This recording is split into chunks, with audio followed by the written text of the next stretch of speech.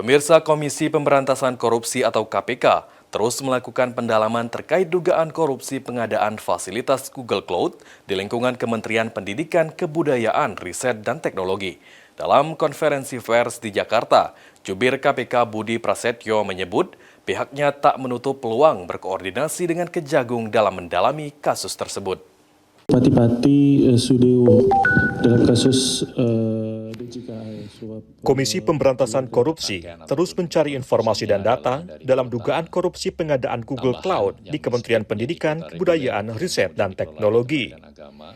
Hal itu diungkapkan juru bicara KPK Budi Prasetyo dalam konferensi pers di Jakarta, Rabu 27 Agustus. Ia menjelaskan bahwa ada keterkaitan antara pendalaman dugaan korupsi dalam pengadaan Google Cloud serta pengadaan Chromebook di lingkungan kementerian yang sama, di mana saat ini kasus dugaan korupsi tersebut bergulir di Kejaksaan Agung.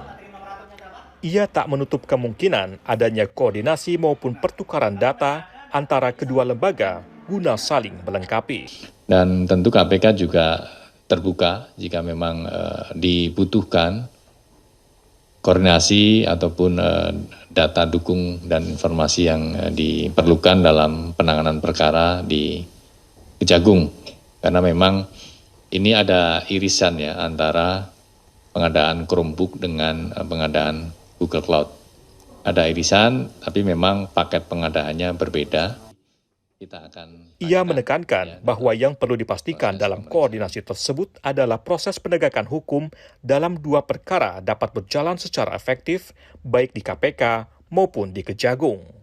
Dari Jakarta, Arya Sindiara, Irfan Syah Nasution, Kantor Berita Antara, mewartakan.